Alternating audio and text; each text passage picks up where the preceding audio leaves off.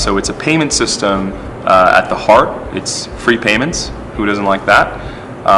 But it's using a form factor in gold that over time, if history repeats itself, and we're talking about 6,000 years of history here, should significantly and markedly empower your life. It's a market sort of reaction, a market approach to reintroducing what's known as a commodity money. You know, most systems of money are basically a form of debt. It's an IOU to your bank, to the central bank. Using technology, you know, given the infrastructure built out of the internet and computing and mobile phones, we're now able to allow people to make exchanges and economic activity using a decentralized commodity rather than just forms of debt in local economies. You can send it, you can spend it, you can receive it, and you can even redeem it in physical gold cubes.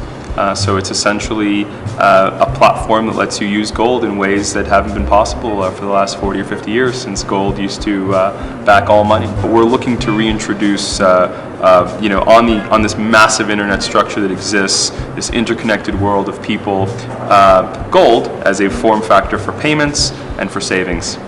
What we're doing is introducing basically a spendable gold. It's something you don't have to time.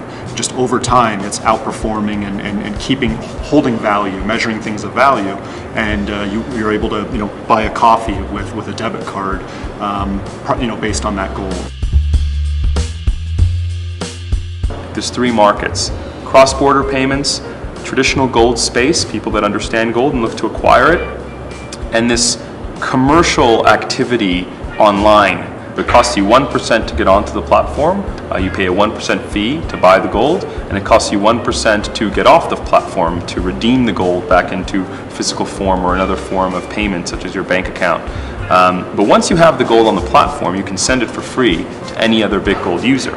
And so if you're used to going to Western Union and sending money and paying a 10% fee or a 7% fee, you can now circumvent that and pay gold directly to your family or loved ones anywhere they reside, as long as they have internet connection, for free.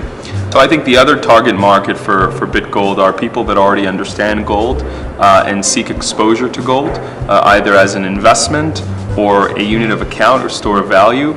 I personally don't think that gold should be massively overweighted in an investment portfolio. I think it should maybe represent 5 or 10% of your net worth or your assets. But I do believe that as you go down the socioeconomic ladder, as you have less money, gold should have a larger weighting in your portfolio before you have access to things like stocks and bonds and real estate, when your savings constitute of just cash, either sitting in your house or in a checking account. You know, there's still more of the population that fundamentally understands gold as a natural asset than understands, you know, systems of debt and financial systems, you know, currently unbanked. The internet is democratizing access to everything. And there's a very large market that understands gold as something that is permanent and holds value, and something that they seek to protect their surplus and their efforts. The other market that I think is really interesting for BitGold is if you're already online and engaging in commerce, whether you're a freelancer, whether you work on Elance or Odesk, and you're used to using something like PayPal, BitGold's an interesting alternative because it allows you to send an invoice for your labor to someone else, anyone else in the world.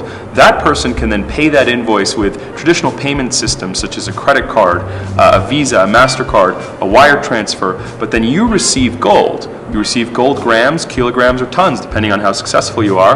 That gold can be vaulted at a location outside of your jurisdiction. So you can be living in Argentina and parting with your services and earning gold that sits in London. And why that's so important is it helps you achieve upward mobility, and you're no longer exposed to those localized issues that are exogenous to your personal journey to succeed. What we're looking to do is equalize the playing field. But what I think is really profound about BitGold is that once you acquire that gold on the platform, you only begin your journey with gold. You start to use the gold, and you can use it, and it becomes useful, and it can allow you to essentially engage in commerce and generate a productive surplus, and hopefully achieve upward mobility on this kind of democratic and neutral elemental measurement system. So you're no longer prone to the whims of various exogenous events, geopolitical uncertainties.